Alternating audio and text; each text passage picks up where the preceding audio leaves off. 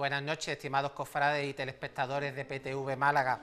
Iniciamos esta nueva senda de Sentir Cofrade en estos jueves cuaresmales con el objeto de llevarle la actualidad informativa en torno al mundo de nuestras hermandades, intensificada tras la jornada del miércoles de ceniza.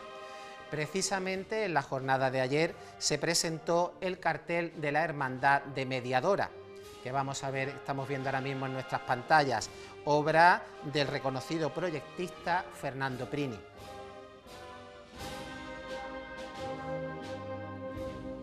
Por otro lado, se suceden los atavíos de hebrea en nuestras dolorosas, como podemos observar en los casos de la Virgen de la Estrella, de la Cofradía de la Humillación,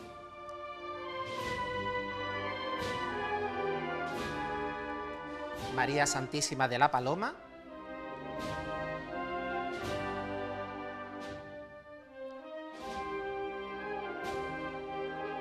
la Virgen del Amor de la Cofradía del Rico,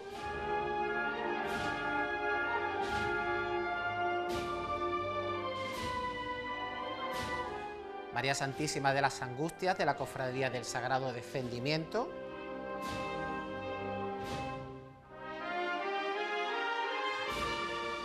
y la Virgen de la Soledad de la Cofradía del Santo Sepulcro.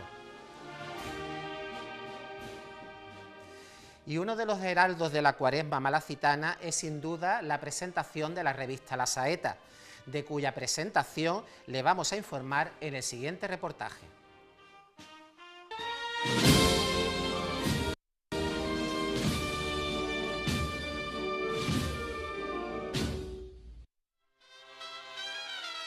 La Saeta viene actuando desde el año 1922 como vehículo anunciador de la Semana Santa de Málaga.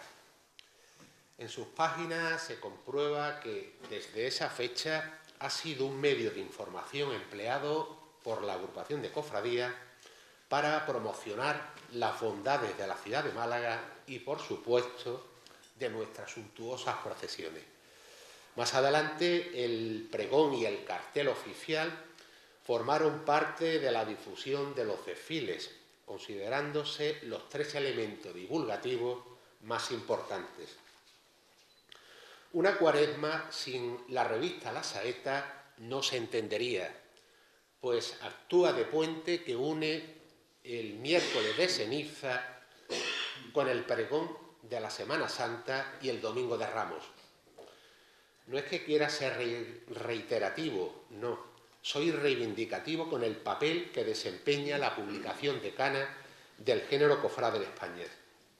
Si nosotros no somos capaces de defender, valorar y apreciar lo nuestro, no esperemos que venga alguien de fuera para hacerlo. Eso que quede bien claro. Nosotros somos herederos del legado del fundador de la revista, Francisco Morales López, y estamos obligados por responsabilidad a preservarlo y trasladarlo a las futuras generaciones cofrades. Todos sabemos que la vida va cambiando y, por tanto, hay que adaptarse a los nuevos tiempos, aunque ello nos cueste. En verdad lo hacemos, pero manteniendo la esencia del pasado como verdaderos románticos y luchando, entre comillas, en buena lid con las nuevas tecnologías. Somos perfectamente conscientes de que hay que seguir reinventándose y ofrecer nuevos productos a nuestros lectores. Ardua misión, pero no imposible de llevarla a cabo, para seguir concitando la atención y el interés de ellos. Así lo haremos mientras el cuerpo aguante y gocemos de la confianza oportuna, las 14 personas, hombres y mujeres, que formamos la centenaria revista La Saeta, órgano oficial de la agrupación de cofradías. Como siempre, mi agradecimiento a mis compañeros del Consejo de Redacción, Pilar Díaz, Estela Gómez, Alberto Palomo, Rafael Rodríguez, Susana Rodríguez de Tembleque y José Manuel Torres, y a los fotógrafos José Alarcón, Francisco Carneros, Rafael Gómez, Daniel González, Santiago Guerrero Estracha, Francisco Jodar, Juan José Mayorga y Laura de las Peñas. Mi reconocimiento a la labor artística que realiza el diseñador Fran Barrionuevo y a Esteban Bueno, de Anuncios Diana y Gráficas Urania, por meter el hombro en el imaginario trono de la saeta para que las 3 ediciones vean la luz y lleguen al destino final, que no es otro que el de las manos de nuestros queridos lectores. Antes de finalizar mi intervención, quisiera tener unas palabras de recuerdo para mi amiga y eterna archivera de la agrupación de cofradías, Trinidad García Herrera, Trini para todos los que la queríamos y apreciábamos, que se nos fue el pasado mes de diciembre y ya se encuentra con el Padre Celestial y su Virgen de la Soledad. La saeta de este año se completa con una especial atención al 75 aniversario del Rosario de Lágrimas y Favores, que se sumaba a un año 2024 repleto de coronaciones, celebraciones fundacionales, aniversarios y salidas extraordinarias. Y un recuerdo a la figura de Ricardo Green Nicolau, que tuvo que hacerse con las riendas de la Hermandad del Sepulcro tras los tan complicados años entre 1931 y 1936. Él estuvo al frente de esa hermandad del 35 al 41. Y si queréis saber su historia, pues no tenéis más que haceros a partir de mañana con un ejemplar de la saeta de Cuaresma. Como es habitual, el ejemplar de la saeta que sale mañana a la venta es un trabajo que nos ayuda a repasar sosegadamente, leyendo en casa, lo más destacado de la actualidad y la historia de nuestra Semana Mayor. Pero como suele ocurrir siempre, le tengo que poner un pero. No te sonrías. Un detalle que no ha terminado de convencerme, por lo que puede tener de premonitorio o de mal agüero para los supersticiosos, sobre todo en un año en el que la Semana Santa cae en abril, que ya sabemos lo que dice el refrán. Andrés, ¿qué necesidad había de hacer un artículo dedicado a la lluvia en Semana Santa? Comienza diciendo el artículo, abro comillas, la lluvia es muy necesaria para el consumo humano, el llenado de los pantanos, el riego de los campos de cultivo, los montes, la ganadería, el mantenimiento de los parques y jardines, cierra comillas, y lo remata con una frase que dice, pero es indudablemente el peor enemigo de la Semana Santa, y apostilla, incluso más que el viento que en 1969 derribó el tinglado de la cofradía del Rico. ¿Qué necesidad había, Andrés? Bueno, a pesar de todo, es de reconocer que para las mentes más curiosas y para los amigos de las estadísticas, ese artículo es un estudio muy completo sobre la incidencia de la lluvia en los cortejos procesionales desde la fundación de la agrupación de cofradías en 1921 y sobre todo teniendo en cuenta lo sucedido el año pasado, que fue sin duda el peor año en los registros de lluvia durante la Semana Mayor y de suspensión de recorridos procesionales. Por cierto, la cofradía que más ha sufrido por la lluvia en los 104 años de historia de nuestra agrupación ha sido la Expiración. 13 veces. 13 veces. Así están los pobres que tienen unas ganas de salir a la calle siempre tremendas. Manolo Marmolejo lo sabe perfectamente. A pesar de todo esto, a pesar de lo de la lluvia, háganme caso y salgan mañana a hacerse con un ejemplar de la Saeta de Cuaresma, una revista que, como siempre, viene cargada de información, de recuerdos, de historias, de anécdotas y de imágenes de nuestra fiesta de la fe, que es la más importante que se celebra en Málaga y una de las que siempre guardamos algunos de los mejores momentos de nuestra vida.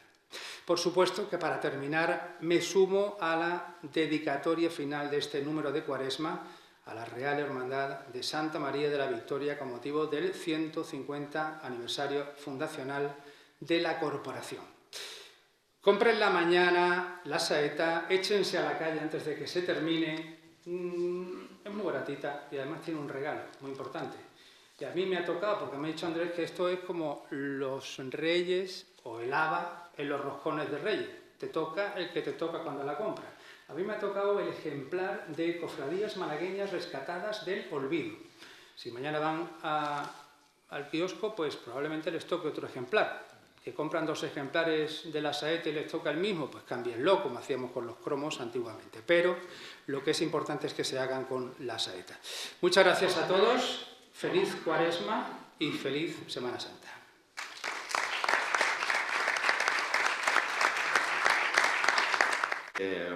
Bueno, como sabréis, entiendo que lo sabréis, ya no ha salido publicado en las redes, en medios de comunicación. La Hermandad del Prendimiento está ahora mismo inmersa en la celebración de su centenario fundacional. Y bueno, pues quizás sea como una guinda de un pastel, ¿no? El hecho de que en esta saeta de Cuaresma pues aparezca en la portada nuestra titular, María Santísima del Gran Perdón, y que en las páginas centrales venga un breve compendio, un resumen de nuestra historia, una historia ya, repito, centenaria, con muchos avatares, así como cualquier cofradía, ¿no?, que tengamos aquí, que tenga esos años de vida, complicada, dura, trabajada.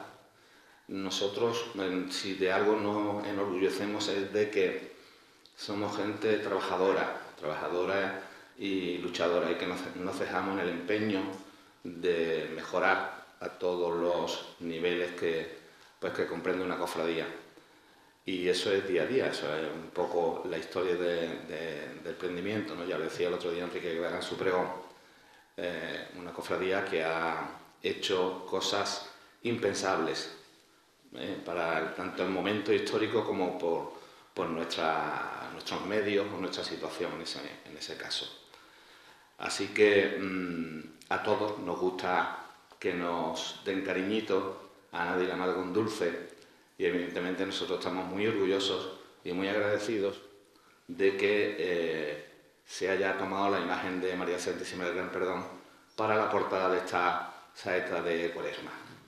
Así que reitero mi agradecimiento y bueno, estamos de celebración, tenemos un amplio programa de actos y os esperamos a todos. Muchas gracias. Mañana viene el Señor de la Cena aquí a San Julián, donde, si las circunstancias meteorológicas lo permiten, pues se quedará para el viernes, si las circunstancias meteorológicas lo permiten, poder llevarlo a hacer con él el Vía Crucis en la Santa Iglesia Catedral. Este es uno de los segundos grandes hitos de la Cuaresma en Málaga. Y finalmente terminaremos con el pregón, Dios mediante, el día 5 de abril. Es decir, estos 3 hitos pueden parecer como los 3 grandes momentos, pero ya lo ha dicho, ya lo ha comentado, que es difícil entender la Cuaresma nuestra sin la presentación de la saeta de Cuaresma, pero es verdad que poco a poco vamos implicando cada vez más vida, porque es lo más importante, porque tenemos muchos cofrades, los que estamos más metidos, es verdad que en la Cuaresma se nos va la vida, ¿no?, porque nos falta tiempo, pero hay muchísimos cofrades que van, recogen su túnica y, bueno, pues hay que intentar ampararlos, protegerlos, formarlos, informarlos, y por eso se ha puesto en marcha algunas actividades que yo creo que todos conocéis, como puede ser la cultura en San Julián, con un programa muy amplio del que todos los días hay actividades que seguramente habéis podido conocer. Dios mediante, el próximo 12 de marzo se inaugurará aquí, bajo el auspicio de la Fundación Unicaja, la exposición sobre toda la trayectoria en la pintura cofrade de Chicano. Creo que también será una exposición que será digna de ver. Tenemos conciertos ya programados, el noveno año en que se hará el concierto de marchas procesionales gracias a la Orquesta Filarmónica de Málaga, será el día 16. Y este año, y lo digo con ilusión porque creo que es una apuesta importante, vamos a poder volver a recrear el Miserere d'Ocón en la Santa Iglesia Catedral. Y eso creo que es un hito importante porque pocas catedrales tienen un Miserere propio, como es Málaga, y creo que podríamos también intentar, si entre todos lo apoyamos, que se convirtiera en otra cita ineludible de la Cuaresma en Málaga, como puede ser que en otras ciudades también ocurre. Con esto deciros eso, que toda nuestra Cuaresma, a pesar de estos 3 grandes hitos, como veis, está más llena de actividad y de ilusión, porque al final detrás de esto no hay más que ilusión. En este año que ha pasado, pues bueno, cada vez más trabajoso montar la Semana Santa, vivimos un mundo complicado, cada vez más complicado. Nuestra Semana Santa, 10 años atrás, si la mira uno, no tiene nada que ver con la actual, y eso, pues evidentemente los retos que nos implican a todos, podemos ser más o menos realistas y seguir viviendo en nuestra nube a veces, pero la realidad se impone, y es verdad que la Semana Santa, tanto por el número de personas que nos visitan, como el mundo está cambiando, obliga cada vez más y nos aprieta cada vez más. Eso, nuestras autoridades, de la mano de nuestras autoridades, pues cada vez vamos trabajando, consolidando más lo posible, pero todos los años hay algo nuevo que va haciendo cada vez, como digo, más complejo el montaje de nuestra Semana Santa. Y, hombre, eso sí, creo que todos los cofrades y los que la amamos debemos ser conscientes, y aunque por supuesto las críticas son más que bien recibidas, pero que seamos sobre todo realistas de cómo el mundo nos va cambiando y cómo la ciudad de Málaga ha cambiado en los últimos 10 años de una manera evidente, y nuestra Semana Santa de una manera muy palpable.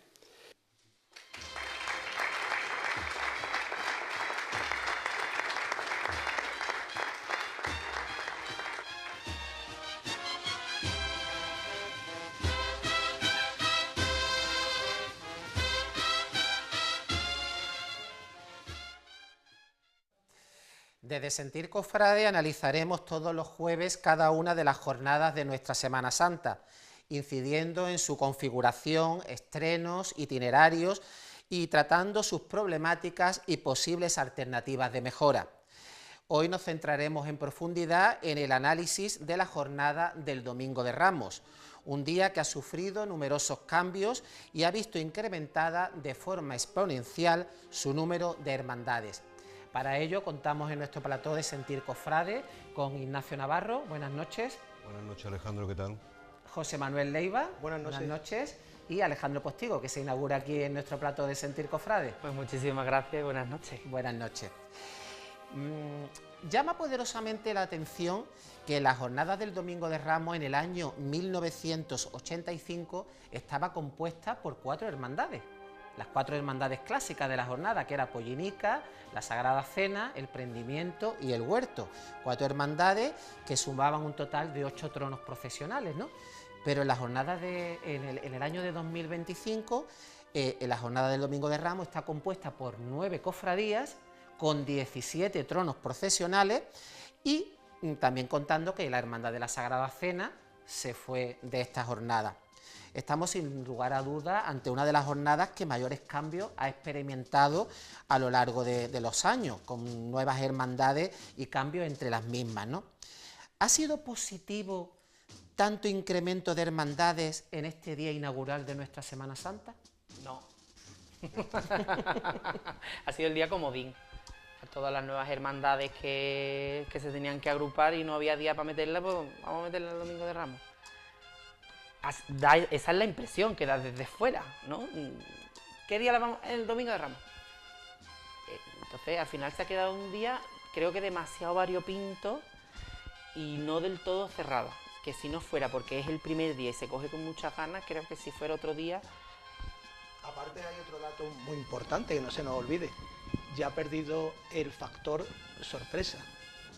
Antiguamente, en los años 80, estaba el Puerto de la Torre, estaba Churriana y algún traslado, y poco más. Y la Semana Santa empezaba con la Pollinica, claro, cuando salía de su tinglao. Ahora ya no, ahora tenemos 20 y tantas procesiones de víspera, no sé cuántos traslados. El mutilado el sábado de Pasión. Eso son palabras mayores, los barrios que hay el sábado de Pasión.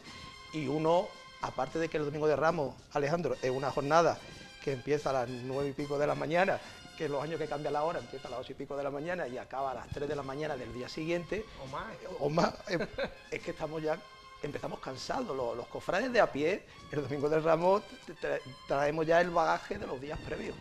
El día primero recordad que primero fue el Viernes Santo, cuando entraron las cofradías con un cierto corte, a partir del año 78, cuando la ley de San Juan, y después a partir del año 86, ¿no?, que fue la humildad la primera. La primera, sí. A partir de ahí, pues son 6 cofradías nuevas.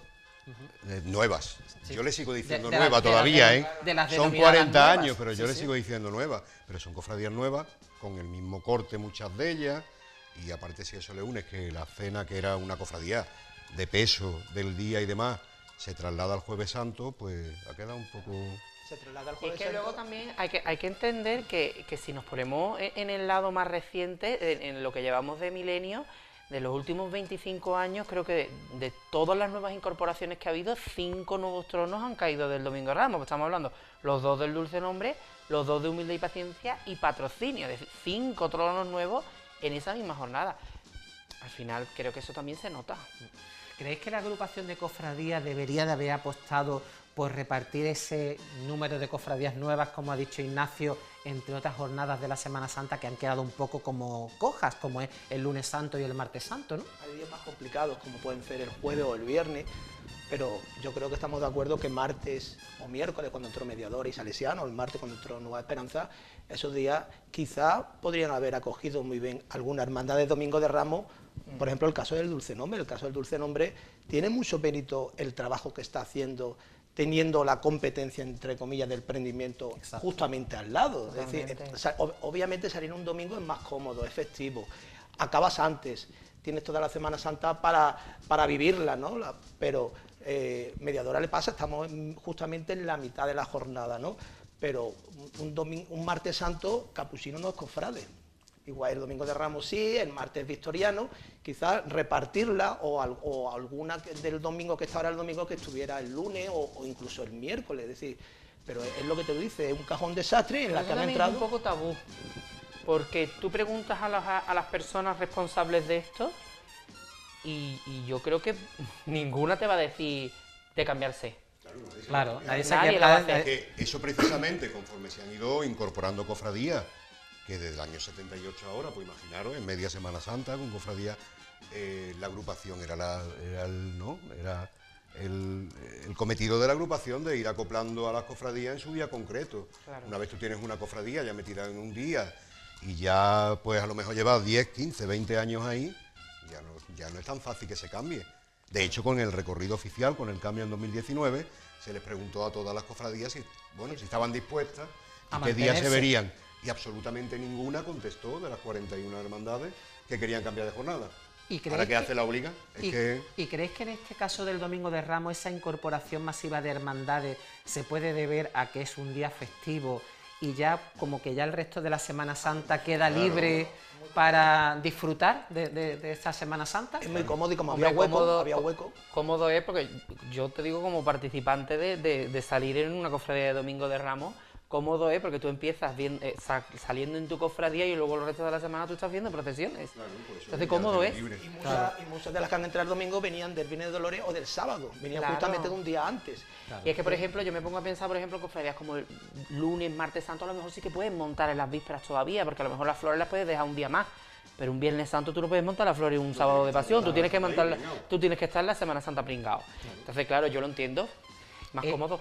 ¿Sois partidarios de la unión de la mañana y de la tarde del Domingo de Ramos? Porque ese desfase que hay entre Pollinica y Lágrimas por la mañana y el resto de las hermandades por la tarde, Yo creo- ¿es factible unir? Yo creo el que no es partidario es la hostelería. La hostelería es la que gana, porque claro, la gente, la hora de comer se queda un hueco. Yo creo que Pollinica, que este año sale creo a las 9:45, los años de cambio de horario, es como si saliera a las 8:45 de la mañana. Tenemos que pensar, yo creo que nadie piensa, o casi nadie, en los participantes, en los cortejos. Porque las procesiones, los participantes, los músicos, los hombres de trono, los nazarenos, no llegan 5 minutos antes de la procesión. La gente hay que citarla 1 hora como mínimo antes. Como mínimo. Y entonces la gente que sale en las procesiones no vive en Calle Parra, la gente vive en Málaga, en el Extrarradio de Málaga, en el Rincón de la Victoria, en Fuengirola. ¿A qué hora tiene que salir una familia del Rincón de la Victoria para que sus hijos, sus nietos estén para salir en la Pollinica a las 9 de la mañana? Es que no, yo creo que no se piensan los participantes de los cortejos, igual que hay 3 cofradías que salen a las 2 de la tarde. ¿A qué hora almuerzan los nazarenos, los hombres de trono? Buen argumento, lo vamos a seguir dentro de unos momentitos porque vamos a pasar a publicidad.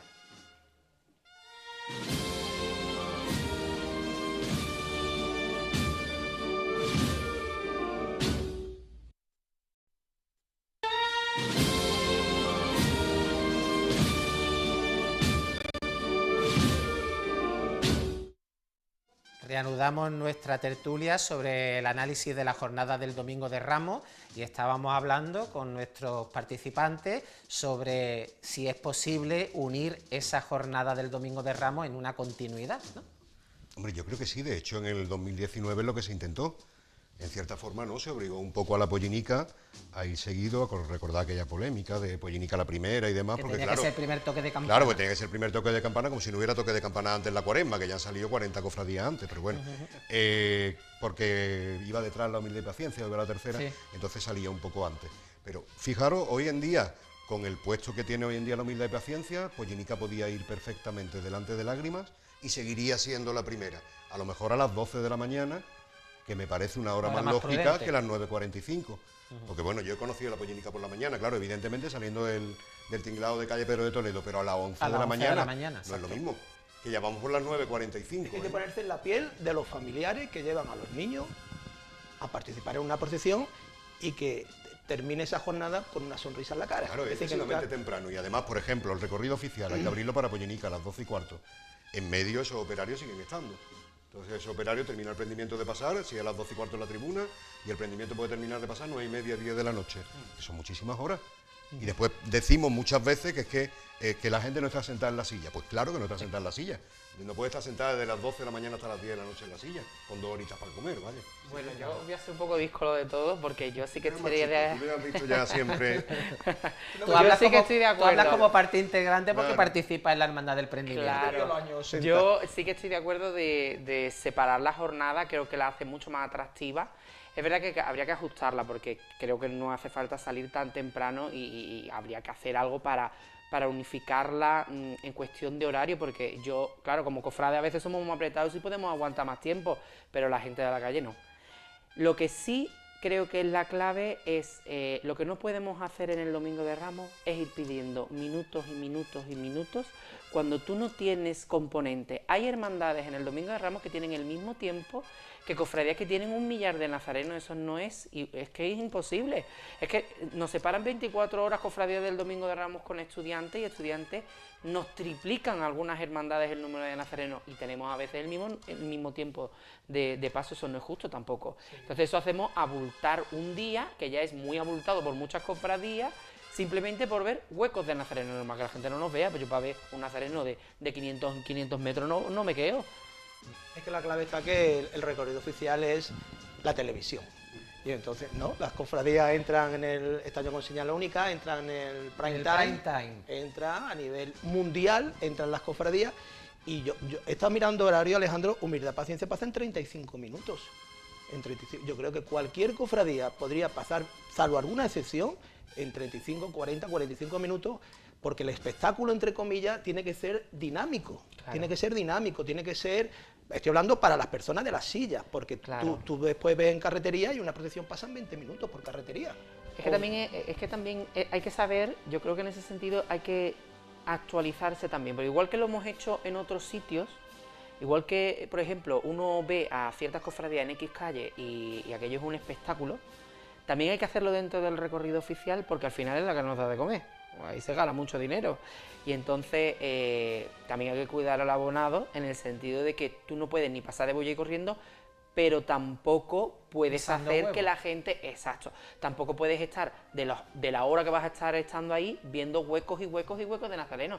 Eso te lo puede quitar perfectamente. Te he comentado antes que este año, por ejemplo, en el propio Domingo de Ramos, pues, la Hermandad de la Humildad pues necesita 5 minutos más porque ha ampliado su cortejo. 5 minutos más también tuvo hace un par de años, porque Humildad y Paciencia, cuando se colocó en medio, tenía 30 minutos, entonces la excusa fueron eso, los 30 minutos, y se pudo meter en medio. Ya tiene 35, y aquí vamos todas, es decir, de aquel 2019, en el que todas se recortaron tiempo, ahora ya no, ahora ya necesitamos más tiempo.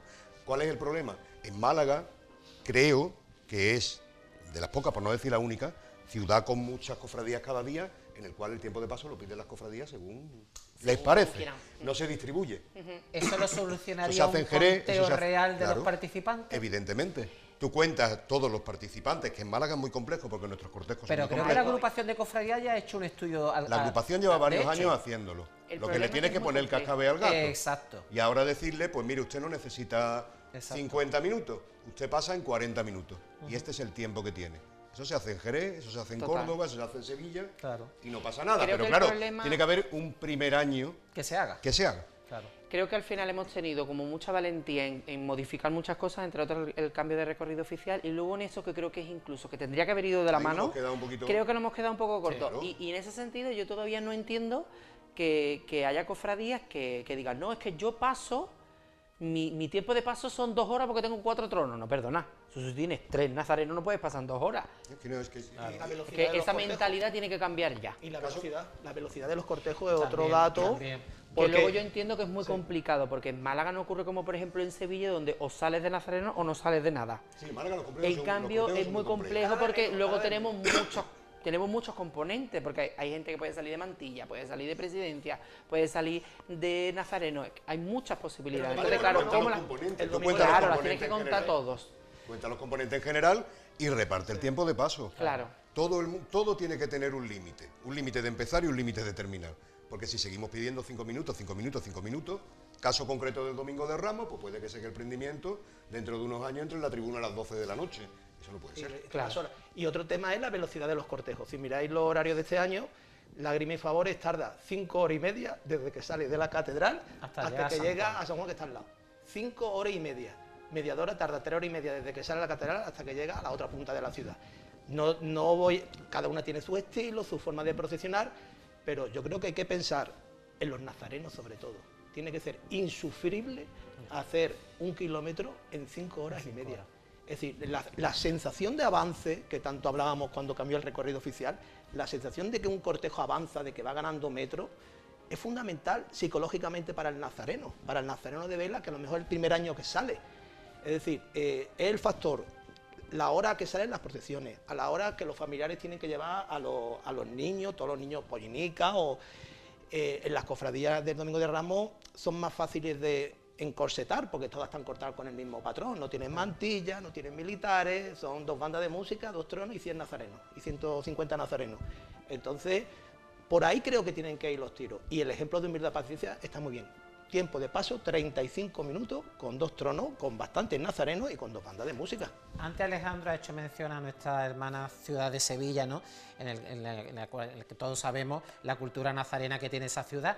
La jornada del Domingo de Ramos en esa ciudad hermana es una cofradía menos que la de Málaga, con un trono más. Ellos sacan 18, nosotros sacamos 17, y sin embargo ellos... Pasan 2 horas menos. Exactamente, ellos con cortejos mucho más numerosos que los de Málaga pueden ser capaces de hacer una jornada continua con una mínima de lógica. La mañana no hay procesiones por en carrera Sevilla, la oficial. primera sale a las 4 de la tarde, la primera llega a la carrera oficial. Como aquí en Málaga no se puede conseguir que haya más racionalidad Porque yo en pienso, esa jornada. yo pienso que todavía seguimos teniendo todavía el complejito de que si mi cofradía pasa en 20 minutos, mi cofradía es menos que otra que pasa en 2 horas. Exacto. Entonces vamos a estirar el cortejo, que no tenemos a veces, vamos a estirar el cortejo y realmente lo que hace precisamente es, pues precisamente afear el cortejo, complicar el avance de la cofradía. Al fin y al cabo, ya en eso se ha avanzado mucho, ¿eh? Sí. Ya estamos viendo cortejos más compactos, pero todavía seguimos viendo nazarenos a 3 metros de distancia uno de otro para aparentar algo que no tienes. Mira, Cada yo cofradía es creo que- como es. Claro. La clave yo creo que es un conteo, porque al final creo que el día que más minutos se ganarían para el espectador sería el Domingo de Ramos, porque yo creo que se perderían, diría que hasta 1 hora de tiempo, porque es que hay cofradías que van totalmente estirazadas, es innecesario. ¿Creéis que fue negativo la marcha de la Cofradía de la Sagrada Cena a la jornada del Jueves Santo? Negativo fue la mezcla de que cambiara de día y que se fuera al lugar donde se fue. Yo creo que viendo el Domingo de Ramos de ahora, que es, digamos, un Domingo de Ramos irreconocible, Es verdad. yo creo que la vuelta, que ya no, creo que no, pero una vuelta de la cena al Domingo de Ramos sería la típica cofradía con empaque, con solera, con historia, que junto a Prendimiento y Huerto sería el contraste de las 5 nuevas. Se fue al jueves, el jueves también ha cambiado y ahora realmente la cena está como en la boca del lobo. Claro. Está Se ha en hecho un- su hueco en el Jueves Santo, ya son 25 La primera, años, ¿no? la primera, ¿no? Se ha hecho su hueco en el Jueves Santo sin duda, pero claro, los que la hemos conocido bueno, primero, los que la hemos conocido saliendo el Domingo de Ramos, con las túnicas de terciopelo burdeo y azules, saliendo de la explanada de la estación, ¿qué queda? Nada. Es que no queda nada. Bueno, queda la imagen y quedan los tronos. Es que la cena tenía mucho peso en el Domingo de Ramos, cualquiera que lo recuerde, sabe que la cena era una de las grandes cofradías del Domingo de Ramos, muy esperada, muy alegre, muy colorida y demás. No es que el Jueves Santo no lo tenga, que también lo tiene, pero quizás, y además, en el Domingo de Ramos, pues hubiera seguido aportando ese contraste, trono grande, un estilo de cofradía distinto y demás, y yo la sigo echando de menos, la cena el Domingo de Ramos, por supuesto que sí, vaya. Yo creo que esa es la clave. Antes estábamos hablando de cuántas hermandades nuevas se han metido. Y claro, yo creo que la clave de la falta de la cena es que vemos tantas cofradías tan nuevas que quizás nos falta ese contraste de otra cofradía añeja. Sí. Y creo que la cena era la clave para, junto con, como habéis dicho, con el prendimiento y con el huerto, de hacerla en general. Es decir, que se ha quedado el Domingo de Ramos como un día estéticamente monótono, ¿no? Sin acabar y sin Bueno, definir. podemos decir eso, las cofradías son muy bonitas, Sí, evidentemente. Pero claro, nos ponemos a contar pues los tronos rematados, los conjuntos de vírgenes rematados. Ahora de repente salen unos tronos con unas dimensiones concretas, fruto de una época y de querer acceder a la catedral y demás. Todas Burdeos. Ahora sale la Virgen de la Merced, sale la Virgen del Patrocinio, sale la Virgen de la Salud, Burdeos.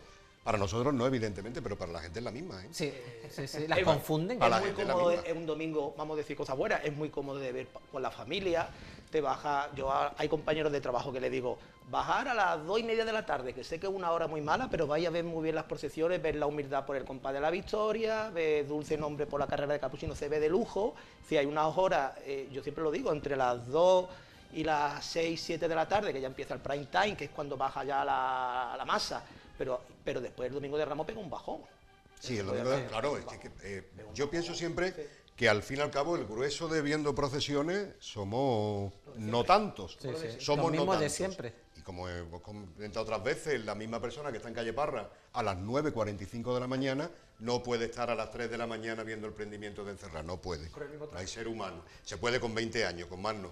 Entonces, a partir de ahí es verdad, pero por contra, sin embargo, el Domingo de Ramos es verdad que tiene unos recorridos muy diverso, con muchos momentos donde disfrutar del ver día. humildad y paciencia, es decir, es un contraste brutal, la ciudad moderna de humildad y paciencia También con la ciudad antigua de Calle Alcazabilla. También es muy complicado, me imagino para la gente, porque yo lo disfruto de otra manera, pero debe de ser muy complicado para el espectador porque al final cada cofradía sale de una punta. No ocurre como por ejemplo en otras jornadas como el Miércoles Santo, que todas salen de una misma zona, mientras en cambio el Domingo de Ramos te sale una de la Victoria, dos de Capuchino. Entonces claro, tú no puedes ir desde la Unión hasta la Victoria y luego volverte a la Trinidad, eso es una locura. Claro, ¿quién no va a ver la Virgen del Patrocinio? Que dice, no, vaya maravilla, me estoy perdiendo, pero es que me estoy perdiendo la Virgen del Gran Perdón, y me estoy perdiendo cruzar la Salud del Río, y necesita por lo menos 10 años para verlo todo. Es un día diverso y con recorrido y momentos ricos, porque además favorece también evidentemente que como la mayoría de las cofradías, excepto Prendimiento y Huerto, ¿no?, tienes tronos más pequeñitos,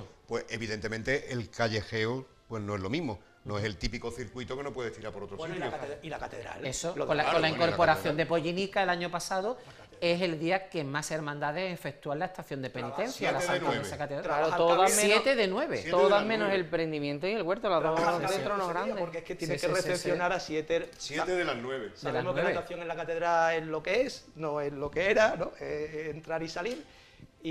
Pero es que son muchas hermandades haciendo estación en la catedral y lo complicado que es la coordinación de las bandas de música, colócala, el patio de los naranjos. Yo hay un momento, por ejemplo, sabéis que yo, bueno, ahora grabo menos en vídeo, la salida de Patrocinio de la catedral para mí es uno de los momentos de la Semana Santa de Málaga. Pero claro, y dice uno, mi momento es una cofradía, un trono que lleva saliendo a la calle 5 años.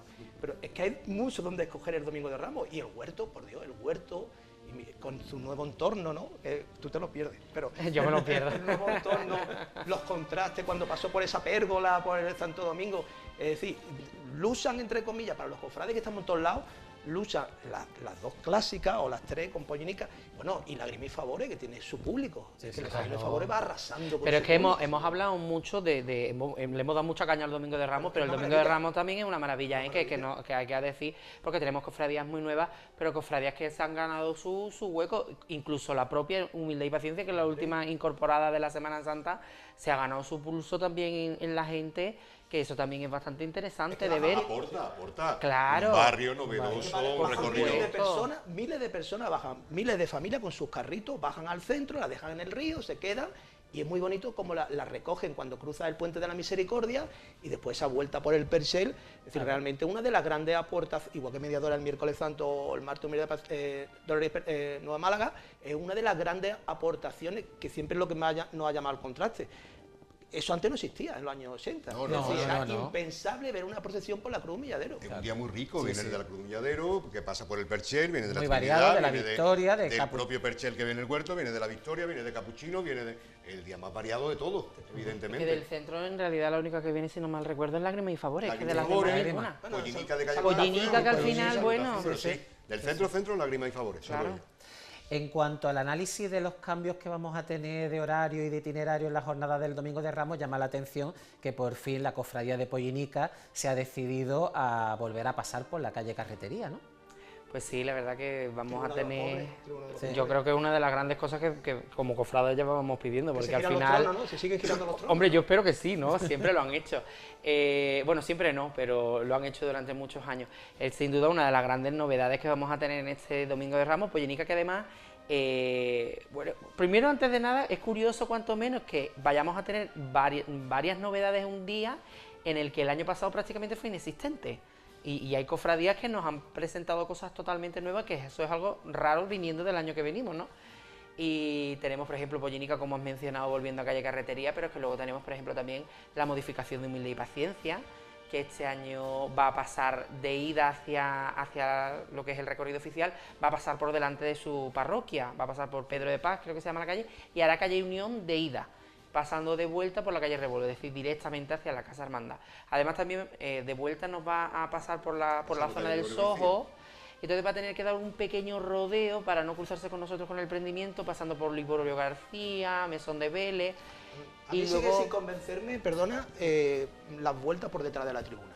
A mí tampoco. Porque tienen el riesgo, como le pasó un año Humilde de Paciencia, de que se quede parada 40 eso, minutos. Y ahí te quedas. Porque tú pasas por la tribuna, tienen que pasar 4 cofradías más, puede haber muchos imprevistos y obviamente Calle Nueva es más bonito para volver que lo que hacemos Mediadora, por ejemplo, por detrás de Plaza de la Marina, aunque también tiene su encanto, subir unos escalones, pasar por encima del parque y entrar en Calle Vendeja. Pero es el riesgo, pero regresar. ¿cuál es la diferencia? Mediadora lleva su público, evidentemente, por la Plaza de la Marina, pero no es un Humilde y Paciencia, vuelve por Calle Nueva y por todo eso, y evidentemente va a estar llena. Claro. Es que por Calle Nueva pasan 4 seguidas de regreso. Entonces, claro, Yo lo veo bien. Antes Calle Nueva, claro, porque es más pequeña. Claro, es que no es lo mismo. Yo creo que al final el pasar por detrás de la tribuna, aunque no sea muy estético, que por cierto, todas las novedades que vamos a tener este año en el recorrido oficial es que se supone que la nueva tribuna es un poquito más baja, quizás nos pueda permitir, aunque sea, ver los palios desde delante, ¿no? Y bueno, cuanto menos curioso. Luego otras novedades que también vamos a tener en el Domingo de Ramos va a ser una que a lo mejor me pilla de cerca y que también me gusta mucho, es que mi cofradía del Prendimiento va a recuperar calle 2 Acera, gracias a Dios, que era una calle que... Emblemática, porque claro, mucho ahora hablamos de calle Carrión, pero la cuesta del Prendimiento siempre ha sido 2 aceras, ¿no? Es verdad que era complicado. La sangre, ¿no? Claro, y luego es verdad que era muy complicado porque con los bordillos que había, ahora se ha reformado la calle, se ha dejado, es verdad que ahora se ha nivelado todo hasta lo que es la plaza, los bordillos siguen la cuesta arriba, pero... Qué momento el año pasado con la lluvia, ¿eh? Ya le falta luego la carrera de Capuchinos de nuevo. Yo eso espero que no. Era el barrio. Su barrio. Porque mira, creo que al final la hermandad ya baja por la zona de la plaza de Capuchino, Miguel Bueno de ida, y creo que al final ha sido una apuesta ganadora pasar por calle Carrión. Creo que nadie se pierde calle Carrión de su vida. Es uno de los momentos cumbres del Domingo de Ramos. Cumbres de no solamente del domingo, yo creo que de toda la Semana Santa, yo creo que eso ha sido una apuesta a ganador total de la cofradía. Claro, ha sido una apuesta de la cofradía porque evidentemente se llenan más las calles. Pero los vecinos del Prendimiento son los de la carrera de Capuchino. Hombre, claro, y han dejado de poder ver la cofradía. Yo creo que al final es verdad que me estoy volviendo muy rancio. Echo de menos la cena, echo de menos, del Domingo de Ramos en concreto, echo de menos muchísimo, echaba mucho de menos, pues evidentemente la subida de calle 2 Aceras. La de Carrión es más impresionante, pero Carrión era el terreno de crucifixión. El Prendimiento era por calle 2 Aceras y el regreso por la carrera de Capuchino. Y se echa también de menos el paso del el huerto por carretería. Eso también es un clásico, la Puerta Buenaventura. El huerto por carretería, que es su feligresía. Su feligresía. Comprendo que la hermandad ahora mismo no se va a atrever, evidentemente, pero hombre, El huerto se encuentra como perdido, sí, está en un rincón de la ciudad, hace un traslado maravilloso, como se ven sus imágenes cruzando por el puente de los alemanes, pero el huerto sale de un lugar como la Estrella, allí como desconocido, que es Perchel, pero no es Perchel, y las primeras horas son complicadas, tiene su público, también... eso es lo que y hay. además con poca, porque es que no puedes salir por otro lado, tampoco tiene muchas opciones. Es que yo creo que también eso es para otro melón, para otro Le debate. prometieron una rampa, Claro, pues creo que ahí va la rampa que nunca fue. pero ya no es por la rampa, yo lo que me quiero referir es otro problema aún mayor. Creo que a veces las prisas nos toman malas decisiones. Sí que es verdad que tener una casa hermandad siempre es muy necesario, pero creo que no todo vale. Y creo que ahí pienso que el huerto nos terminó ganando. Es lo que hay ya. Hombre, no, claro, ya no puedes hacer nada. Pero yo creo que eso fue una mala decisión. Yo siempre pienso, hablando del Domingo de Ramos, que hemos llegado a un momento que ninguno nos lo esperábamos, que el huerto está en Los Mártires con la Casa Hermandad donde la tenía que tener la cena está en Santo Domingo con la Casa Hermandad. Exacto, ¿verdad? Exacto, es verdad. No es lo mismo, porque Sí, evidentemente pero es eso así, tiene es unas así. circunstancias Se puede hacer una históricas. permuta. Igual que el huerto, tener el terreno ahí también tiene sus circunstancias históricas de la época, Claro. Alejandro, tú lo sabes. Sí. Que, bueno, que es verdad que no es el sitio más idóneo, muy cerca de la feligresía, pero... Mira tu prendimiento cuando hizo la Casa Hermandad, parecía que estaba muy lejos, aquella zona y ya es El huerto como... lo intentó, hasta la saciedad, pero un no lo terreno consiguió. cerca, pero nunca Lo consigue. se pudo. Y desde el punto de vista patrimonial, ¿cómo se presenta la jornada del Domingo de Ramos? ¿Tendremos el estreno del tan ansiado pasado del manto de la Virgen de la Concepción o se quedará para el año 2026? Yo creo que el 2026 va a ser un año cargado de estrenos y este año no vamos a tener grandes estrenos el Domingo de Ramos, porque por ejemplo el año que viene han mencionado el manto de la Concepción, pero también vamos a tener por ejemplo el trono de la Virgen de los Dolores y Esperanza, de Humildad y Paciencia, que también yo no sé si ya entero o parte de él, pero también lo vamos a tener. Yo creo que este año pues vamos a ver continuaciones de proyectos. Me imagino que continuará el de Pollinica, el de Humildad y Paciencia. Se estrenarán los faroles de la Virgen del Patrocinio que no pudieron el año pasado, los faroles de cola. Es que es muy bonito, porque que hemos visto durante los últimos 25 años, los que tenemos ya una edad, cómo han ido creciendo esas cofradías. Sí, claro. Lentas, me acuerdo de la humildad cuando salía en un cajón. En un cajón. bueno. Y como Eso no son 25, son 40. 40, Sí, sí. son 40. Cada una a una velocidad distinta, cada hermandad como se incorporó patrocinio, que parecía que nunca iba, a salir, Y para el poco tiempo que lleva, sale bastante completa. Claro, ¿verdad? eso es lo que yo estaba diciendo. Yo digo, pero Sale que para bastante todo completa. lo que han tardado muchos tronos en hacerse, el patrocinio ha sido la última en llegar y ya tiene un trono bastante un trono muy decente, digno, muy tiene digno. un sello, tiene Totalmente, un estilo, totalmente. es que realmente yo lo hablaba un día con mi hijo, los 17 tronos que salen el Domingo de Ramos, al final ¿cuánto tiempo le dedicas a cada trono? ¿Media hora? Lo que estamos en la calle desde las 9:40. No te da para media hora cada Es que hay que tomar, tú haces muy bien saliendo el Domingo de Ramos. Yo creo que sí. Es que hay que tomar, es que la humildad es una auténtica maravilla ver los naranjos del compás de la Victoria bajando con el público justo, la humildad. Pero claro, hay unos horarios, y de eso hablamos también. ¿A qué hora comen esos nazarenos? ¿A qué hora almuerzan los nazarenos? Y los grandes olvidados, los músicos. Los músicos, ¿a qué hora los citas? A la 1 de la tarde, que vienen a lo mejor... Sí, realmente es muy fácil en una cuadrícula hacer un cálculo de horario, pero que nunca se nos olviden las 10.000 personas que cada día participamos en los cortejos y los familiares que acompañan a los nazarenos. En ese sentido, al ser un día festivo, pues verdad que se presta a que esté como todo el domingo entero cofradía en la calle, desde las 9 de la mañana hasta las 2 de la tarde. Pero sí, es cierto que es verdad que, en mi opinión, es demasiado temprano. Porque además, por ejemplo, a las 2 de la tarde, este año, un 13 de abril, puede ser bastante caluroso. Puede ser bastante caluroso. Y ya para finalizar, os voy a preguntar a cada uno de vosotros, ¿cuál es vuestro momento cumbre del Domingo de Ramos? O momentos del Domingo de Ramos. Mucho. Mira, ahora que has dicho la humildad, por ejemplo, la humildad creo que tiene un recorrido muy redondo, de bajada y de subida de la Victoria. La Hermandad de la Humildad regresando por delante de Santiago, en la noche, sí. Para mí sería un momento precioso. Yo creo que, como también hay que sentarse a descansar, yo creo que la catedral, escoger alguna de las estaciones de penitencia, porque además son muy distintas las estaciones, los rezos, las lecturas que se hacen. Me quedo, por ejemplo, con salutación en la catedral. todo el cortejo compacto que puede entrar con un cortejo corto, que eso sería para otro debate, como empieza ya a salir la crujía cuando ya entra al trono de la Virgen del Patrocinio, la catedral y la salida de la catedral. ¿Y Alejandro? Pues mira, yo me voy a quedar con dos. Yo me voy a quedar, obviamente, con mi cofradía cuando me pongo la túnica de Nazareno. Eso es un momento que jamás en la vida se puede olvidar. Y además yo es algo obligado que tengo que hacer todos los años, si no me falta algo. Pero luego como cofrade me quedo en el momento en el que, y me voy a hacer un poco de gracia, pero cuando veo asomar desde el lateral de Calle Parra el burro de Pollinica.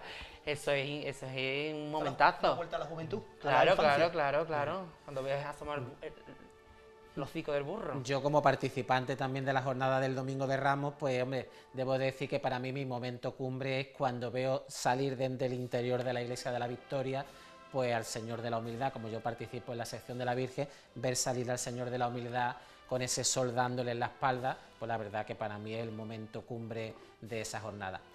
Pues la verdad que estoy muy contento por este debate.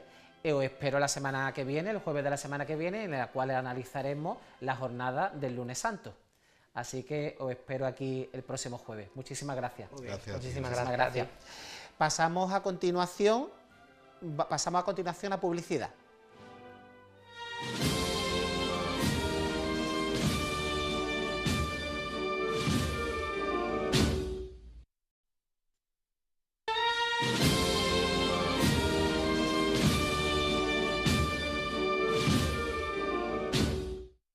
Pasamos a continuación a ofrecerles un reportaje sobre la exposición de Curro Claros en la Semana Santa de Andalucía, inaugurada el pasado 4 de marzo en la Sala de Ámbito Cultural.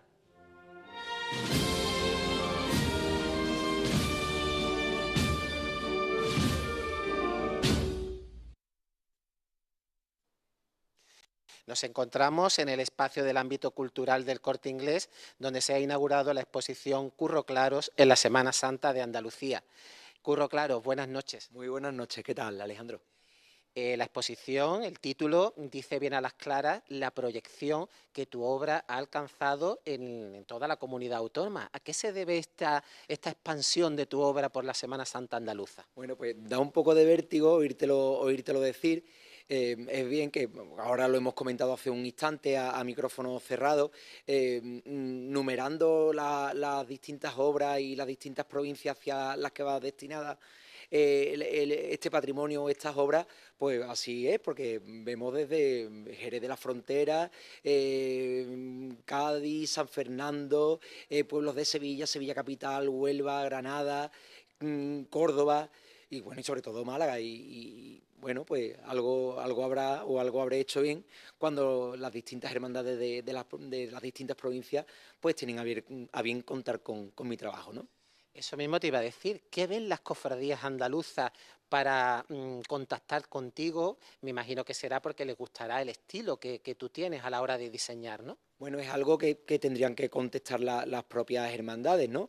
Yo me considero un currante, pues que bebo de la savia antigua, de estudiar mucho a grandes diseñadores y a grandes bordadores y grandes orfebres de nuestra Semana Santa y de la historia de nuestra Semana Santa.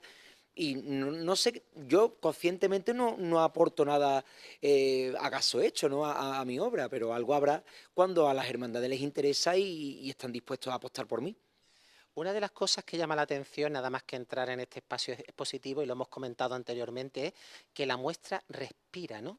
Se pueden ver las piezas con mucho detenimiento, pero cada una guardando su propio espacio, ¿no? Claro, es algo que hablándolo con los organizadores de la exposición y los coordinadores, lo teníamos clarísimo desde primera hora que dijimos de hacer la exposición, ¿no?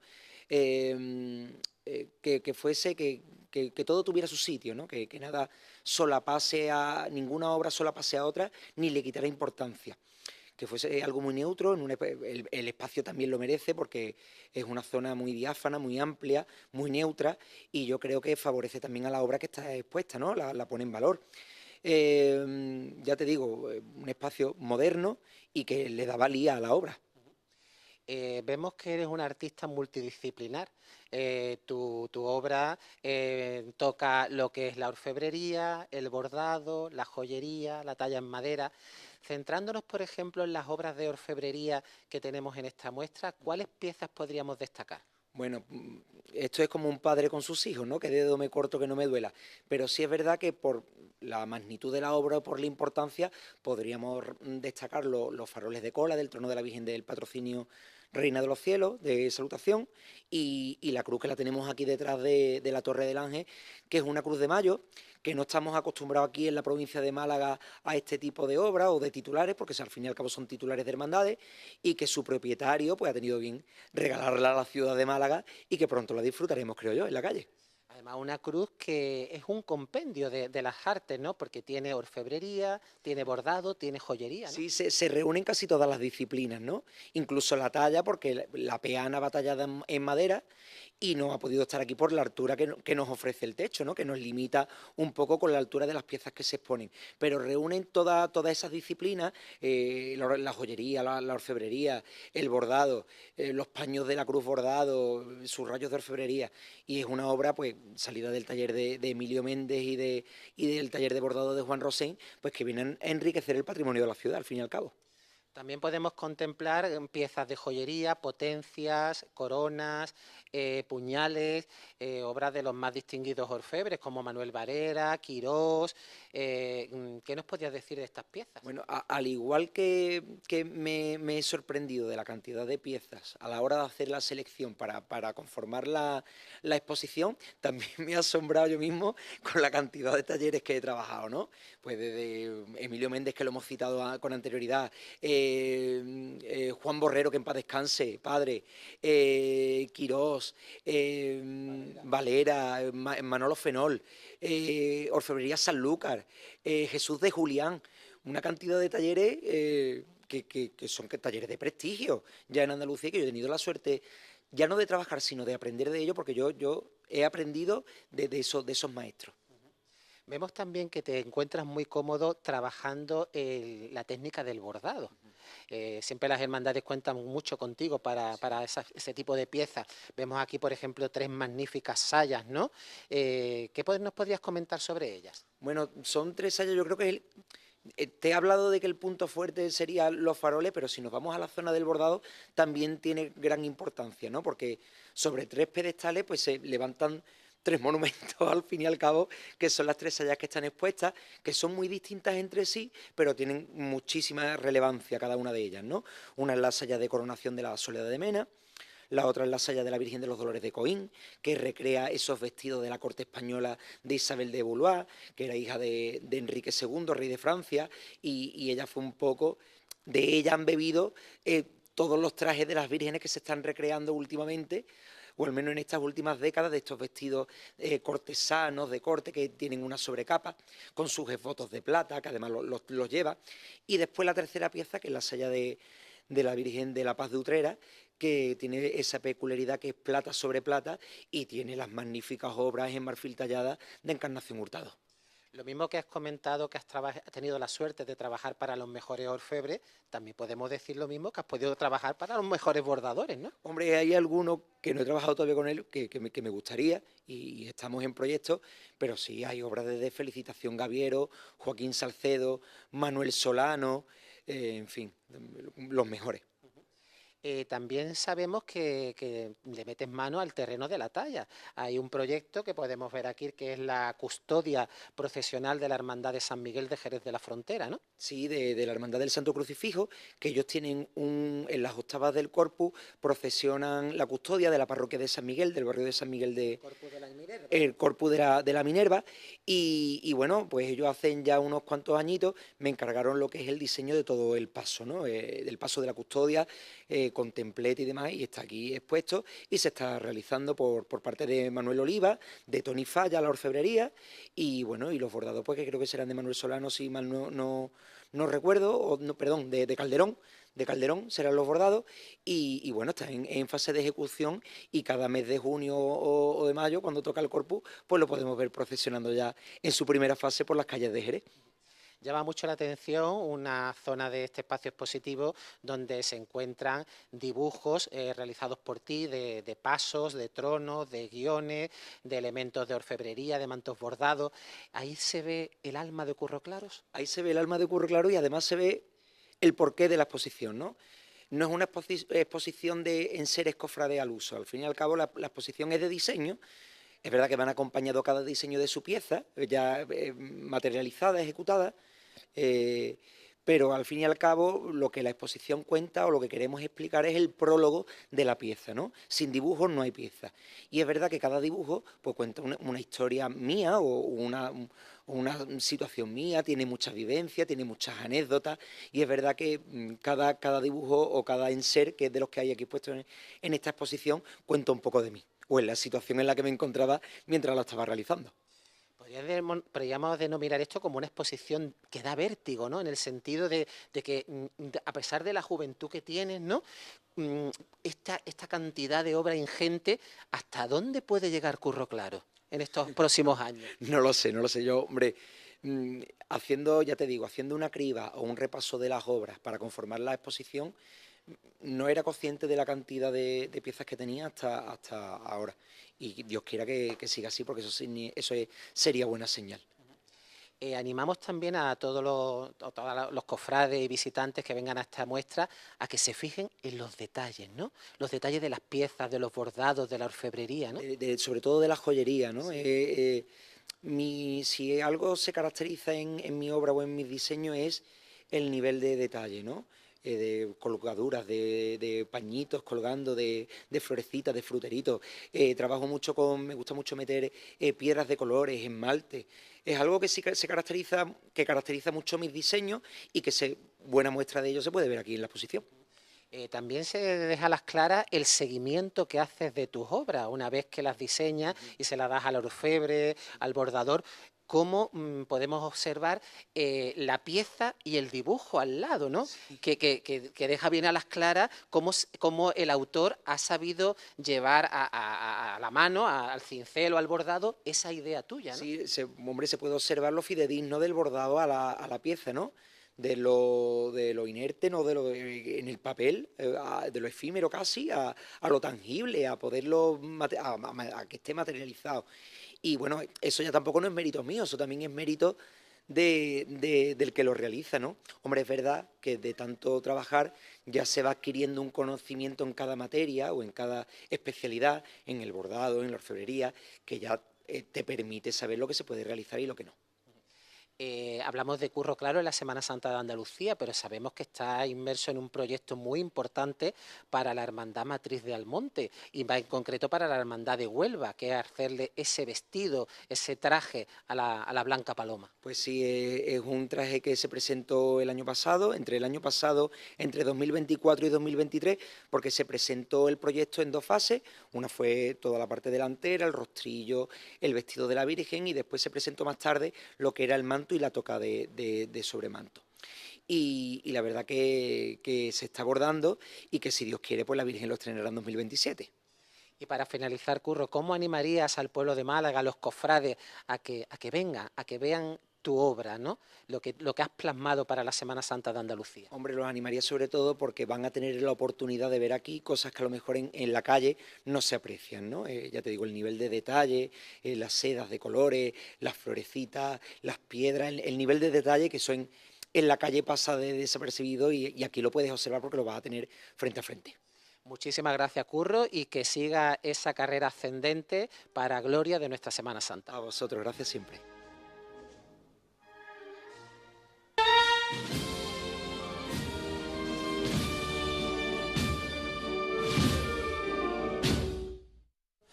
En este segundo debate del programa de hoy vamos a abordar el tema del actual panorama de la cartelería cofrade en Málaga.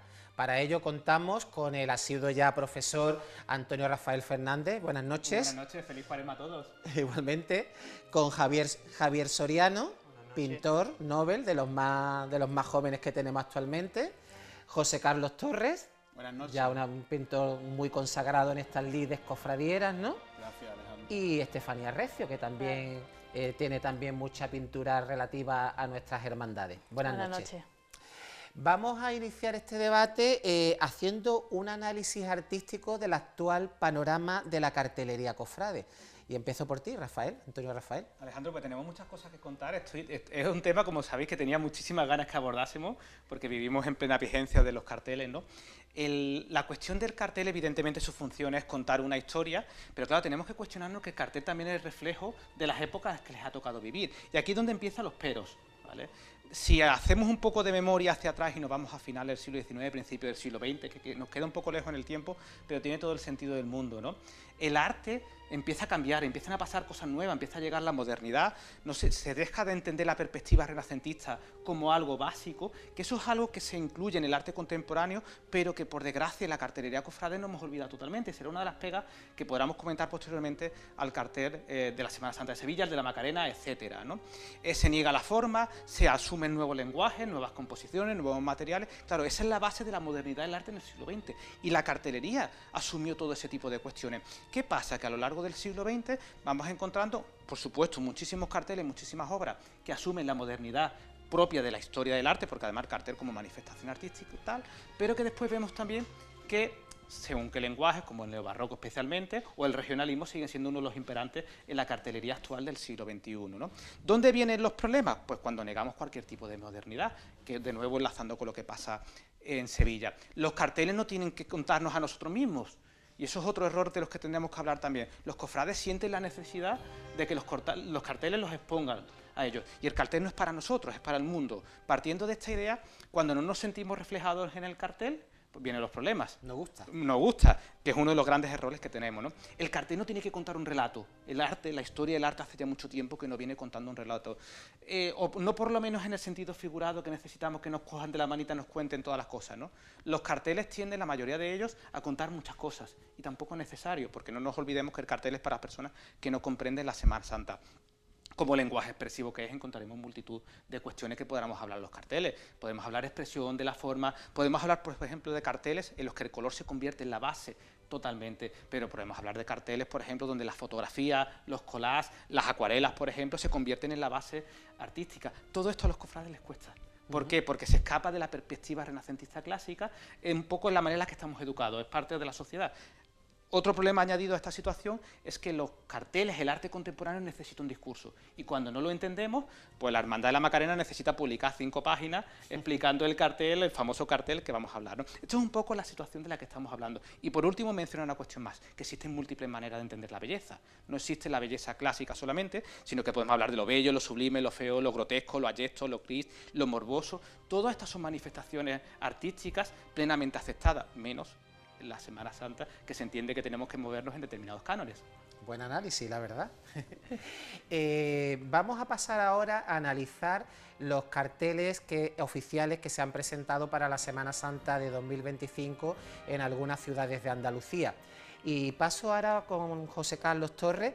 ¿Qué te ha llamado la atención de los carteles que se han presentado de la Semana Santa en Málaga y en otras localidades? A mí personalmente lo que me ha llamado mucho la atención de este año es la gran diversidad que hay dentro del panorama cartelístico de todas las provincias de Andalucía, porque podemos contemplar desde un clasicismo puro de Raúl Berzosa hasta una obra hartamente contemporánea como es la de, por ejemplo, la de la Semana Santa de Córdoba, que no recuerdo ahora el autor, perdón. Yo siempre pienso de que el panorama cartelístico de Andalucía, pues una vez ya presentado todos los carteles, pues contemplamos esa riqueza de diversos estilos, que es lo que hace que esta comunidad autónoma pues sea más rica en muchísimos detalles, por ejemplo. ¿Y tú, Estefanía? ¿Qué piensas de los carteles que se han publicado en Andalucía y en Málaga hasta ahora? Bueno, yo lo que hemos estado comentando antes, que ha dicho José Carlos, no recuerdo el pintor del cartel de Córdoba. Hay tal saturación de carteles que al final es efímero también, ¿no?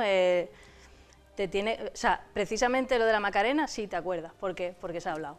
Claro. A lo mejor lo otro muy bonito, tal, pero ¿se recuerda? Pues yo no me acuerdo de todos los carteles de todas las hermandades o de todas las provincias ahora mismo, como para decirte, pues mira, tal. Es complicado, ¿no? ¿Qué me parece? Pues bueno, es un poco rutinario al final, presentación del cartel. Que, ojo, yo no digo que no haya que tenga que haber carteles y demás, pero el impacto y demás, bueno, es complicado. Es decir, que hay cosas que la mayoría de las cosas no llaman la atención hoy en día, ¿no?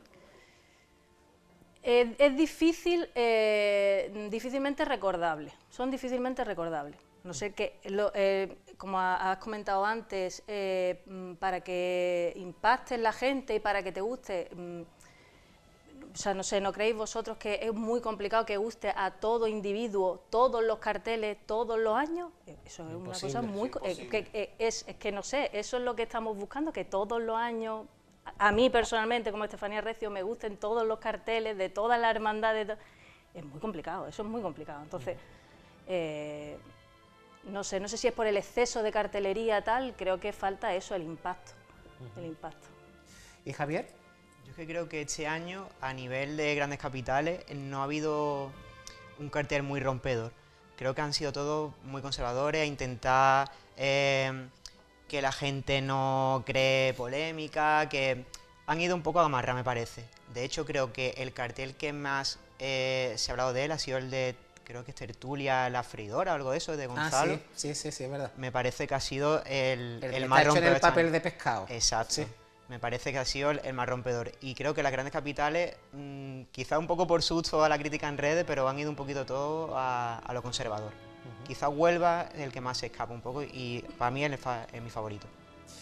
¿Creéis que han perdido los carteles su función de antaño con la irrupción de las redes sociales y sobre todo la extensión de las franquicias que evitan que se pongan los carteles en sus tiendas? Bueno, totalmente, el cartel en el siglo XXI no tiene ningún tipo de sentido, ¿no? Pero sí que es cierto que en esta afirmación de que no tiene sentido, tiene algo que sí que es importante, que es la pervivencia del ritual. La llegada del cartel, de la presentación del cartel dentro del ritual cofrade tiene que ver con la presentación del pregón también. Entonces sí que tiene sentido en ese sentido, ¿no? Es algo que se perpetúa, que no da vidilla totalmente, que los cofrades, muchos de ellos se tienen que tomar muchos orfidales a lo largo de la Semana Santa, especialmente los sevillanos de la Macarena con su propio cartel. Entonces da mucha vida, por supuesto, que es algo anacrónico porque no cumple la función y sobre todo con esta, como comentaba Javier, el castigo que este año, por ejemplo, ha habido en Sevilla con el cartel nuevo con respecto al del año pasado. Los carteles están haciendo que haya un inmovilismo total, porque la que cayó el año pasado, pues evidentemente nos estamos cuestionando de que hay un retorno al orden. El cartel nuevo de la Macarena este año, o el oficial, mejor dicho, es un retorno al orden totalmente, es un castigo, es una vuelta al clasicismo. No debería ser así, los carteles tienen que contar cosas. De hecho, la propia Hermandad de la Macarena ha hecho un cartel pues, con uno de los artistas más importantes del siglo XX.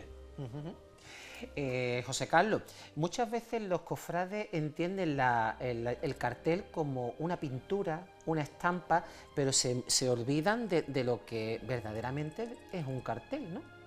¿Tú eso cómo lo ves? Totalmente. Yo considero de que el cartel, al fin y al cabo, no es ni más ni menos que un medio publicitario. Al fin y al cabo es una estrategia de marketing, una estrategia de publicidad que es la que hace lo que nos evoca, lo que nos anuncia.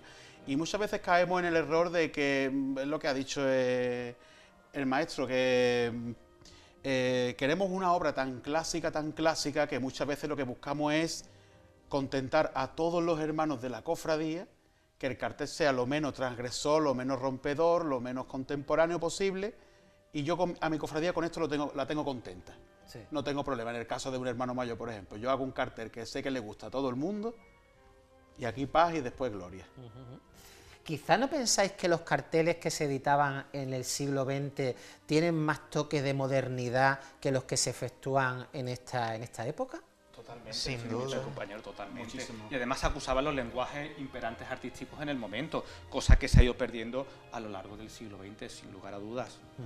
Esos carteles que vemos en los años 20, en los años 40, que tienen unos toques que tú dices, este cartel lo publicas tú ahora y sería contestatario, y sin embargo ahora en esta época no se hace ese tipo de cartel, ¿no, Estefanía? Es que tenemos mucho acceso a la información, o sea, ahora, por ejemplo, los carteles fotográficos, ¿no?, que había antes de la agrupación de cofradías, es que antes, ¿quién tenía una cámara profesional? Antes nadie tenía acceso a cámaras profesionales, gente contada que se dedicaban a la profesión.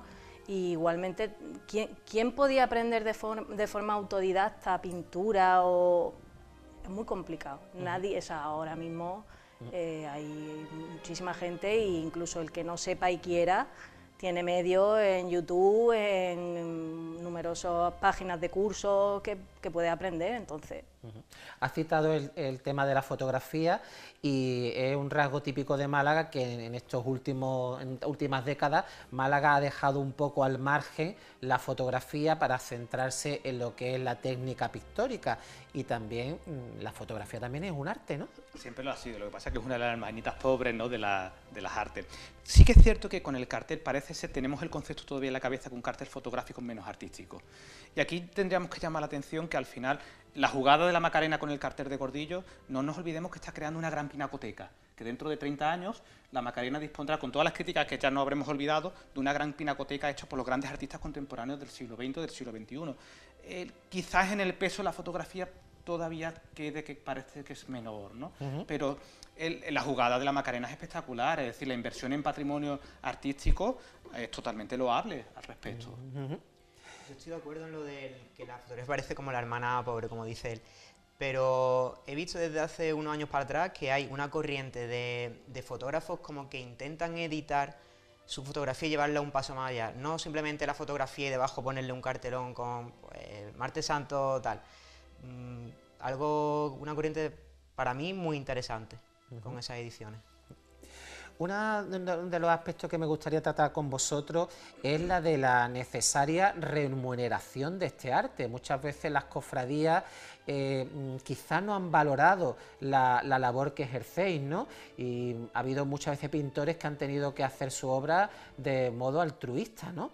Y esto es una cosa, José Carlos, tú lo sabes bien, y todo lo que pintáis aquí, que esto requiere muchas horas de dedicación.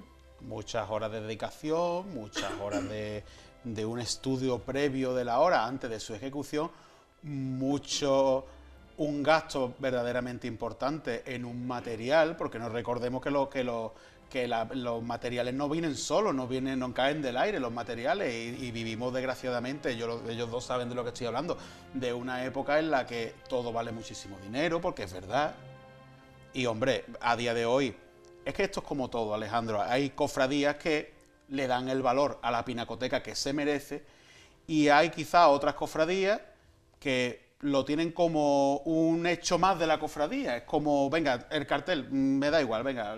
Sea quien sea. Sea quien sea. Y hay cofradías que eso es digno de alabar, que le dan el valor que se merece a la pinacoteca, es como acaba de decir este señor, que la Macarena dentro de 20 años podrá gozar de tener una de las pinacotecas más importantes de la ciudad de Sevilla, por ejemplo.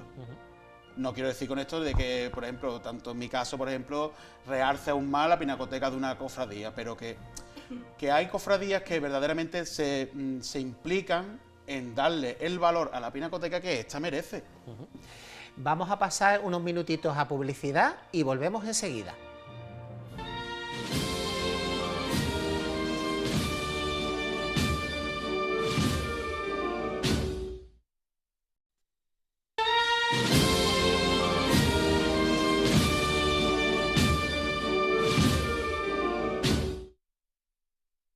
Retomamos nuestra tertulia que está analizando la cartelería cofrade, y estábamos hablando con José Carlos Torres del tema de la necesaria remuneración de los pintores, ¿no? Sí, la verdad es que sí, es lo que te he dicho, Alejandro, que yo creo que principalmente eso va en función de lo que del valor que la hermandad, y los gobernantes de la hermandad, en este caso, pues le den a la pinacoteca que ellos deseen de tener. Claro. Sabemos que en Málaga hay cofradías que apuestan por tener una buena pinacoteca. Yo parto una lanza a favor de la gran pinacoteca que está poco a poco coleccionando la Hermandad de los Estudiantes de Málaga. La Hermandad del Amor y la Caridad. Tiene grandes pinturas en su casa hermandad y muchas más hermandades, Inspiración. No te puedo decir más porque no quiero caer en el error de dejarme alguna atrás, pero que eso va en función también no de la mentalidad, de lo que la hermandad quiera para su hermandad. Igual que queremos los mejores bordados, las mejores imágenes, los mejores tronos para nuestra hermandad, habrá hermandad también que quieran tener las mejores pinacotecas en sus museos, en las casas de hermandad. Claro. ¿Qué piensa Estefanía al respecto? Yo ya lo he dicho en alguna ocasión, yo soy partidaria completamente de que una partida de presupuesto tiene que ir dedicada al arte, 100%, en todas las hermandades, porque lo mismo que no nos cuesta dinero gastarnos eso, una partida de presupuesto en flores para hacer una petalada, que eso en 2 segundos se va a desaparecer, tú estás pagando por un trabajo que es de por vida, que es para siempre. Lo mismo que será un bordado, que será pues el trono, la talla, lo que sea, eso es para siempre. Pero, como dice José Carlos, es la educación. No sé si es que están acostumbrados a algunas hermandades a que eso era gratis de antes, de hacer un favor a cambio de promoción, no lo sé, pero bueno, al final todo se profesionaliza y esto igual, ¿no? Javier. Yo sí creo que es la educación, o sea, creo que es un mal de la sociedad en general, porque ya fuera de las cofradías, pues cuando tienes otro encargo, pues también está ese regateo de, oye, pues si sale tanto, ¿por qué no me dejas en tanto menos esto?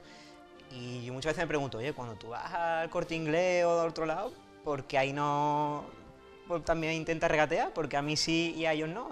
Yo creo que es algo que está muy en la sociedad. Una cosa que llama mucho la atención en el terreno de la cartelería cofrade es la escasa participación femenina. Hay pocas mujeres que se dediquen a pintar carteles cofrades, ¿no, Estefanía? Pues fíjate, yo hace tiempo pensaba, digo, es que no conozco a mujeres, que se dediquen al tema de cartelería cofrade o pintura cofrade en general. Y poquito a poco vas viendo en redes sociales gente, y ya no sé si es porque no las hay o porque no se le da el altavoz, la visibilidad suficiente. No lo sé, es que no sé si es que lo que abunda son hombres o es que no tengo ni idea. Partimos de la base de que el mundo cofrade en sí es un mundo muy masculinizado. Partimos ya de esa base, porque nada más que tienes que analizar las juntas de gobierno, los cargos importantes, la mayoría son de hombres. Pocas mujeres hay que estén al frente de una hermandad, ¿no, José Carlos?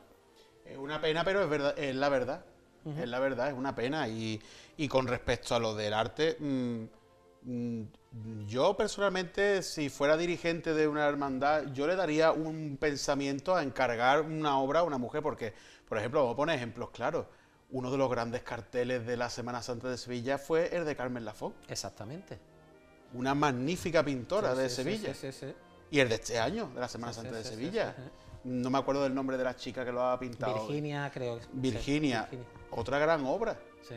Yo creo que esta cuestión de buscar también, estudiante, por ejemplo, el cartel del año pasado creo que fue de una mujer también. En la Semana Santa de Málaga, de los oficiales que yo recuerde, tan solo el de Celia Berrocal, ¿no? Solamente. Del año 1982, ¿eh? Bueno, pero existen muchísimas mujeres artistas. Es parte de ese probablemente estigma social donde no se visibiliza lo que no interesa tampoco. Es decir, está claro que la Semana Santa es un ente muy masculinizado, pero por supuestísimo que hay mujeres y grandes artistas, quizás menos visibles, pero bueno, solo hay que hacer los deberes y buscarlas, ¿no? Y en ese sentido probablemente nuestras cofradías tengan que poner las pilas también, porque hay por supuestísimo arte contemporáneo, todo el que queramos, para proyectar en ese tipo de cartel. Otra cosa que no nos interesa, porque a lo mejor el arte que nos van a hacer no es el más correcto.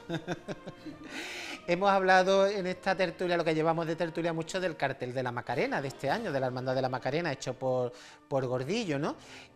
Ha habido carteles que a lo largo de estos años han generado cierta controversia. Me estoy acordando pues del cartel de José Antonio Jiménez, el cartel de la Virgen de los Dolores del Puente con ese graffiti que fue muy comentado y que se sigue comentando, el cartel este de la Macarena de Gordillo, el cartel del año pasado de la Semana Santa Sevillana que hizo Salustiano. ¿Qué pensáis de estas obras que han generado tanta controversia? La primera cuestión que a mí me gustaría mencionar al respecto es que son todas grandísimas obras, que no nos deberíamos olvidar que estamos hablando probablemente de las grandes obras de la Semana Santa a nivel de calidad. El cartel de Salustiano era espectacular en persona, que no le hacía ningún tipo de justicia el formato rectangular del cartel impreso, porque era un tondo circular. Estamos viendo el cartel de Dolores del Puente. El Dolores, para mí, es uno de los grandes carteles de la historia de la cartelería cofrade, sin lugar a dudas. Un cartel muy bien trabajado, que reflejaba muy bien una realidad que era latente. Pero es que la problemática está en que es que los cofrades de nuevo no se ven reflejados en esos carteles. Y como no se ven reflejados, de repente ponen el grito en el cielo.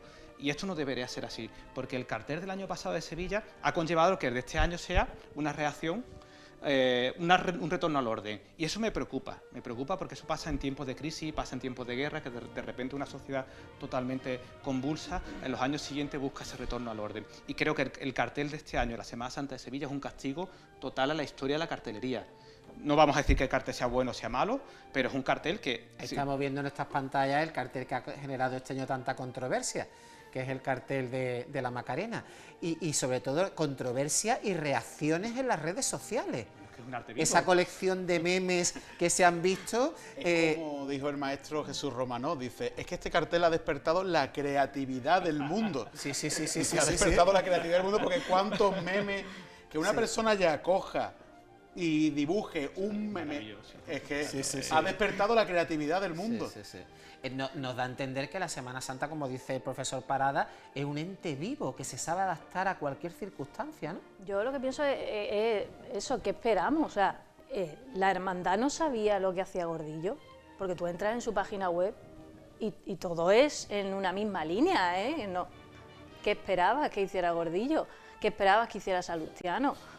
Y luego lo que he comentado antes, ¿de verdad creemos que todos los años, todos los carteles de todas las hermandades nos van a gustar a mí, a ti, a ti? Es que es imposible.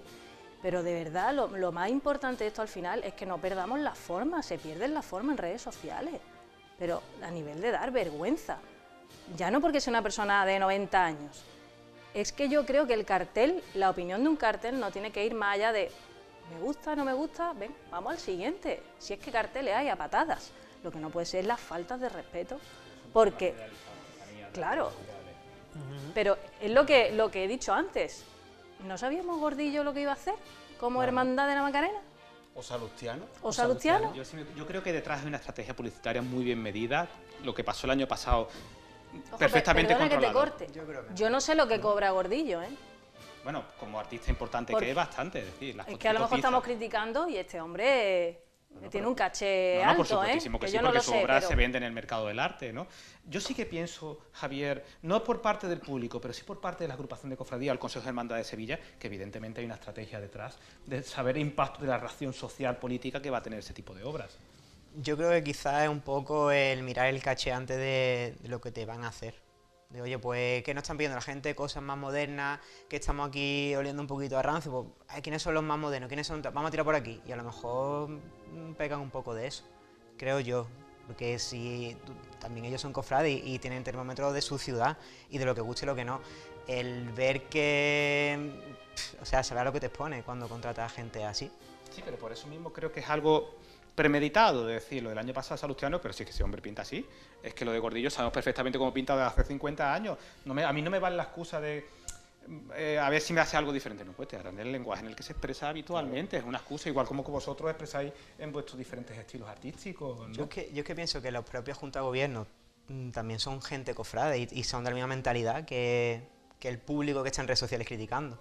Entonces me extraña el que ellos mismos se autosaboteen, por así decirlo. Pero a lo mejor la campaña publicitaria interesa desde dentro, porque al final, ¿qué proyección tuvo el cartel de la Semana Santa de Sevilla? No creo que una campaña publicitaria en ese sentido, sino que era más, vamos a darle bombo, pienso, voy a echar ahí, a lo mejor por el caché que tiene Gordillo, oye, si encima hablan del cartel, le damos más valor y tenemos, pues eso, la pinacoteca, un cartel de... Yo, sinceramente, pienso de que la Macarena es una hermandad de que tendrá detrás de el cartel de Gordillo a gente sobradamente preparada en la materia, que justificarán perfectamente que el Gordillo haya hecho el cartel de la Macarena. Claro. El profesor Luque Teruel es uno grande de los especialistas en Picasso, además, bueno, es uno de los asesores de la Macarena, es decir, que estamos hablando que detrás de las máximas autoridades de la historia del arte andaluza o en española están detrás de esta hermandad. Picasso, si Picasso, el cartel de Picasso se hubiera sacado cuando Picasso estaba en vida, ¿qué hubiera pasado? Imagínate. ¿Qué pasó también con Rebello de Toro? Que se le negó, ¿no?, un cartel en su momento también, ¿no? Es como expresó el pintor Antonio Ledesma, dice, es que si saliera la Macarena pintada por Picasso, ¿sería menos arte? Claro. ¿Y quién no daría por tener un Picasso colgado en su casa hermandad? Claro. Y mira, yo puedo comprender que, por ejemplo, este cartel que estamos analizando de la Macarena de Gordillo, pues haya personas que les choque, ¿no? Les pueda chocar por el tipo de representación que tiene. Pero, por ejemplo, el cartel de Salustiano, yo un cartel que no le veo para la polémica que se generó el año pasado, o el cartel del Ojo de la Macarena, o el cartel que hizo José Antonio Jiménez para la Semana Santa de Málaga. No veo yo... ¿Por qué? Porque no calcan lo que es la estampita tradicional. Bueno, y estamos hablando antes, son carteles que no reflejan la realidad de manera mimética, y ahí es donde está el problema, que no nos sentimos reflejados. Y como refleja una distorsión del arte, de la propia evolución de la historia del arte, ahí es donde está el problema, que el cartel no es nuestro espejo. Entonces los cofrades pues se rasgan las vestiduras. ¿Creéis que Málaga ha sido un poco la punta de lanza de esa renovación en la cartelería cofrade de Andalucía? Sin duda alguna. ¿Qué provincia de Andalucía se ha planteado alguna vez sacar un cartel con un graffiti? O sacar una escultura en un cartel. Es decir, no nos olvidemos el cartel escultórico de Ángel, ¿no? El cartel escultórico de Ángel. O el cartel de Eugenio Chicano. O sacar una pared con carteles superpuestos como el del año 2020 de José Luis Puche. ¿Qué provincia ha planteado eso alguna vez? Málaga, sin duda alguna, es la pionera en este tipo de obras. Dentro que hablamos del mundo cofrade, como es y las críticas que tiene, en Málaga nos podemos dar con un canto en los dientes, pero y somos bastante afortunados. Porque dentro de que hay palos, pero está más aceptado.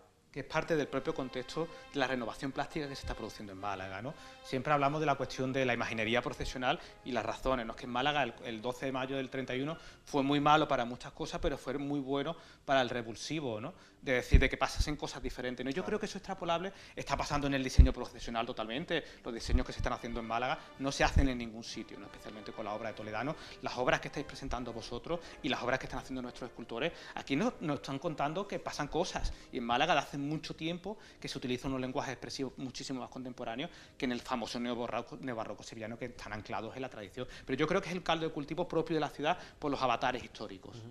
Has hablado tú antes del maestro Eugenio Chicano, al que tanto le debe la cartelería cofrade, uno de nuestros artistas de referencia, y al que tú especialmente te sientes ligado, ¿no, José Carlos? ¿Lo consideras tu maestro? Siento ser repetitivo, pero yo lo digo. Yo todo lo que soy lo debo a Eugenio Chicano. En mí se despertó el interés por el arte a raíz de yo conocer desde pequeño la obra de Eugenio Chicano. ¿Y Eugenio Chicano qué aportó a la cartelería para hacerlo? Yo creo que Eugenio Chicano es como hemos hablado en otras veces. Eugenio Chicano fue un poco, cuando Málaga se estaba adormeciendo un poco en el tema de la cartelería, fue el que prendió la mecha para decir, que estamos otra vez aquí. Porque si analizamos los carteles posteriores a la obra del año 2001 de Eugenio Chicano, de ese primer plano de la Virgen de Gracia, con los labios rojos, que es un cartel que fue muy criticado y muy castigado también. Criticado, sí.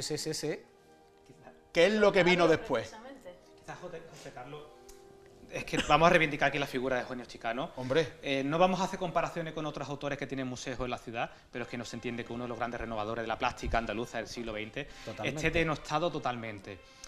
Con obra religiosa espectacular, podemos ver en alguna iglesia por Carranque lo que tiene, es decir, que tiene muchísima obra. El Salón de Trono de la Esperanza. El Salón de Trono de la Esperanza, que a lo mejor tampoco le hace justicia en ese sentido, ¿no? Pero porque por la propia exigencia de la cofradía y todas esas personas que se querían ver reflejadas. Hubo un periodista que cuando, a raíz de la muerte de Eugenio Chicano, escribió un artículo de opinión y el titular fue acertadísimo, porque dijo, menos flores y más arcallatas.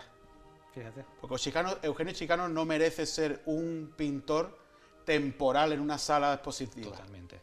Merece el hueco que tiene que merecer en la ciudad. Pero bueno, eso son cuestiones políticas que ya... Pero una producción amplia, consolidada una vida entera. Muy amplia, una producción muy amplia. Es totalmente de acuerdo. Es decir, necesitamos reivindicar a nuestros artistas, igual que estamos reivindicando aquí en la mesa, pero los que ya no están también hay que hacerle hueco. Y en este caso estamos hablando de una de las grandes figuras del arte del siglo XX. Totalmente de acuerdo con vosotros. ¿Estás de acuerdo, Estefanía? Completamente. Vamos, es que voy a decir una cosa que es una barbaridad, pero es que el Nerva es el Museo de Chicano actualmente.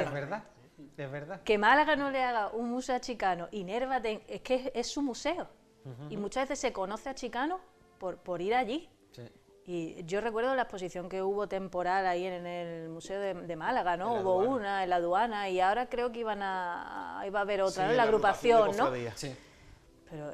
no sé, a mí es que me gusta tanto visitar, yo es que soy muy de Rebello de Toro, entonces a mí el Museo de Rebello de Toro de vez en cuando me gusta ir a visitarlo. Chicanos pues no tenemos la suerte de eso, de vez en cuando poder ir, porque te inspira también para tus trabajos, ¿sabes? Hemos estado hablando del maestro Chicano. ¿Qué artífices pasados y presentes destacaríais que os hayan influido en vuestra producción, y qué nos podía también destacar el profesor Paradas de estos artífices que él crea que puedan ser destacados? Vamos a empezar por ello, ¿no veis que...? Sí. A mí el que me abre el ojo completamente en el mundo de la cartelería es José Antonio. Creo que es el que hace carteles de verdad para mí, porque hace unas pinturas con una soltura en la pincelada, que es que a mí me parece tan difícil de lograr y tan buena, y luego también compagina ese don que tiene para la pintura con ese don que tiene para diseñar los carteles, que me parece admirable. Independientemente del anteriormente citado Eugenio Chicano, uno de los grandes referentes que yo tengo también a día de hoy es Francisco Naranjo Bertrán. Recordamos que Francisco Naranjo Bertrán nos retrotrae esos carteles que hemos visto en pantalla anteriormente, esos carteles de primeros de siglo, de los años 20, de los años 40, el dominio de las tintas planas, de la composición, me parece. Reconocido también. Y muy reconocido también. Otro muy reconocido que no ha podido venir hoy aquí a este programa es nuestro amigo Pablo Cortés del Pueblo. Sí. Igual, el uso del color, las composiciones, magnífico, de verdad. Martín España también. Martín España, con ese dominio tan peculiar del collage que tiene, y las obras tan simples y a la vez que llenan y evocan tanto a la vez. Por ejemplo, en el cartel de la humildad de este año. Un cartel que en redes es verdad que ha sido castigado, claro, en redes, pero que a mí me parece fantástico. Sí, sí, sí. A nadie se nos ocurre poner a la Virgen de la Merced y al San Juan Bautista bajo un palio de respeto. Y negro. Y negro. A eso se le ocurre a Martín España, nada más. Es que hay que verlo de cerca también, ¿eh? Sí. Los carteles pierden mucho en redes sociales, pierden muchísimo. Yo el tema de la cartelería, yo es que como no me dedico a cartelería, yo te puedo decir que en mi ámbito, a mí quien más me ha inspirado de primera hora ha sido Rebello de Toro, porque yo el trazo que parece que lanza el lápiz, esa caída de la ropa que tiene, me parece espectacular. Y luego los que yo he ido admirando, al final se han convertido en amigos míos, ¿entiendes? Y más los admiras porque te alegras de sus trabajos, bueno, José Carlos, Pablo, Prini también, Javi, se lo he dicho antes de entrar, porque conoces todo el trabajo que hay detrás. Y entonces cuando más los admira a ellos, ¿no? Yo no quiero olvidarme de Ricardo Gil y de Rubén Terriza, compañeros de Sevilla, que hablamos antes de lo complicada que es esa ciudad y que saben, creo, manejar muy bien esa dualidad de algo un poquito más moderno, como clásicos también de Sevilla, y me gustan mucho lo que hacen los dos. Quizás en este contexto, recogiendo todos los nombres que habéis mencionado, habría que destacar la obra de Raúl Berzosa por la proyección que tiene. Sí. Es una obra que funciona muy bien, que es una obra totalmente pictorialista. Lo que ha hecho en el Oratorio de las Penas no lo ha hecho nadie, es decir, ¿no? La proyección que está teniendo en Roma, en Estados Unidos, en China, es decir, yo creo que ahora mismo probablemente sea el autor cofrade, el cartelista o el pintor religioso, vamos, por definirlo de una manera mucho más exacta, que más proyección tiene en el contexto, ¿no? Es una obra muy bien trabajada, muy bien compuesta, sabe aplicar el color, tiene muchísima personalidad, guste o no guste en ese sentido, pero no se le puede negar todas las cuestiones que estamos, incluso modernidad, porque su obra también adolece, o presenta, mejor dicho, perdón, muchísima modernidad, ¿no? Y deberíamos fomentar más ese tipo de cosas, porque el cartel, estamos hablando de vosotros, pero hay muchas más cosas que pintar. Y ahora que está tan de moda la antesala de la Macarena, espectacular, no todo lo que se ha hecho, pero es que en Málaga tenemos muchas cosas que hacer. Por desgracia, tenemos muchas de nuestras iglesias están vacías y necesitaríamos fresquistas o pintores que las llenasen al completo. No nos olvidemos también de reivindicar toda esa otra parte. Mencionabais el Salón de Tronos de la Esperanza, ¿no? Pero hay mucho por hacer. Y ahí hay aquí un buen caldo de cultivo para que todos los que dedicáis al arte religioso haya hueco. Evidentemente necesitamos por lo mejor conocer la técnica del fresco y demás, pero es que está ahí, es decir, que la formación está ahí. Entonces yo destacaré este tipo de cuestiones. Hemos mencionado el cartel de José España, pero es que hace mucho tiempo ya que José... Ojo, que estamos hablando de personas, todos sois relativamente jóvenes, no nos olvidemos de ese dato. artistas que cuentan muchas cosas que los están llamando para muchos sitios, ¿no? Por supuesto, los carteles escultóricos de Ángel Sarmiento, el cartel hace poquito de unos días de la Semana Santa Antequera de Pablo, es decir, bueno, estamos Curro, que también ha hecho sus carteles y demás. Me gustaría recordar también un cartel raro, ¿no? Por ejemplo, el de Toledano, que hizo para la salutación un cartel muy raro, intelectualizado como todo lo que hace, ¿no? Pasan cosas, cuando buscamos pasan cosas, pero me gustaría, insisto, que esa proyección, o que vosotros estéis aquí, que esto siga vivo y que el arte religioso pictórico llegue a muchas más cosas, que no sea solamente que tengamos una tertulia de los frescos de no sé qué iglesia, porque son necesarios. Y ya para finalizar, ¿cómo veis el tema de la inclusión de la inteligencia artificial a la hora de poder realizar las obras pictóricas? Fue un temita, yo creo que es bastante complicado, la verdad. Yo creo que al fin y al cabo, pues es ni más ni menos que una herramienta de la época que nos está tocando de vivir. Es así, es un hecho, de verdad, porque, hombre, es un paso hacia el futuro, pero es verdad que es como todo, Alejandro. Quien quiera apostar por la inteligencia artificial, pues apostará, y quien quiera apostar por algo más tradicional dentro de una modernidad, pues lo hará. Ya está, es que esto es así. Yo completamente. Yo al principio, cuando se empezó a escuchar lo de la inteligencia artificial, la gente asustada, es que nos van a quitar los trabajos y demás. De primera hora lo vi como una herramienta. Lo mismo que, no sé, Lightroom, Photoshop, todo eso son herramientas para el fotógrafo. La propia cámara fotográfica era una nueva herramienta. Antes, retratar a un rey lo tenía que hacer un pintor, porque no, ahora haces una foto y en menos. Hay que actualizarse, exactamente, el revelado, ahora ya no. Había que revelar una foto antes. Los carretes, pasar a la cámara digital, claro, son herramientas, creo que es tan reciente que todavía no sabemos de qué manera exacta utilizarla, pero es completamente una herramienta. Me parece muy interesante que, además de utilizarlo como para crear un cartel, que me parece muy respetable, pero también como ayuda a nuestros bocetos, a ideas que tengamos. Oye, pues mézclame pues este color con este y le añade este fondo o tal. Me parece muy interesante utilizarlo como un soporte para nosotros, una ayuda. Una visualización de lo que tú tienes en la cabeza, sí, muchas veces, ¿sabes? Quizá hay una cuestión que, escuchando, ¿no? El problema está en el desconocimiento, es decir, que la obra de arte está en el proceso también, no solo en el resultado final. Eso lo vemos en el cine, ¿no? En el cine, en el montaje, todo lo que tiene que ver, ¿no? Los resultados que nos traiga la inteligencia artificial, por supuesto que están por ver, pero está para quedarse, es decir, veremos carteles enteros configurados a nivel de inteligencia artificial y estudiaremos el proceso creativo de ese cartel igual que lo hacéis vosotros, porque al final viene a ser de la misma manera. Entonces, es falta de información, yo creo, y de negar una realidad que está ahí, igual que negamos los carteles digitales hechos por tablet, que es la misma situación totalmente, ¿no? Si alguno de vosotros pintáis con una tablet, al final tienes que hacer cualquier tipo de proceso, ¿no? La inteligencia artificial tú también la tienes que guiar un poco en ese sentido. Entonces, por supuesto que veremos muchísimas cosas que están por quedar y por llegar en los próximos tiempos. Pues os agradezco a todos los aquí presentes esta interesante tertulia que hemos tenido sobre el panorama actual de la cartelería cofrade, y os deseo a los pintores que estáis aquí que tengáis una buena cuaresma, que sé que tú en tu caso tienes mucha obra todavía por presentar, y Javier también, que ha presentado ahora ya el cartel de la Cofradía de la Salud, y a Estefanía, que también la seguimos en las redes sociales, que no para tampoco de hacer trabajo. Muchísimas gracias a todos. Muchas gracias a ti. Y esperando haber concitado el interés de nuestros telespectadores con los contenidos del programa de hoy, les emplazo a la jornada de mañana, el primer viernes de Cuaresma, en el que un día muy señalado en nuestra ciudad, porque se celebra la festividad del Señor de Medinaceli en la parroquia de Santiago. Y también les llevaremos a partir de las 7 de la tarde el traslado de la imagen del Señor de la Sagrada Cena desde la iglesia de San Julián hasta la Santa Iglesia Catedral, donde participará en el tradicional Vía Crucis de este primer viernes de Cuaresma. Hasta entonces, sean felices y muy buenas noches.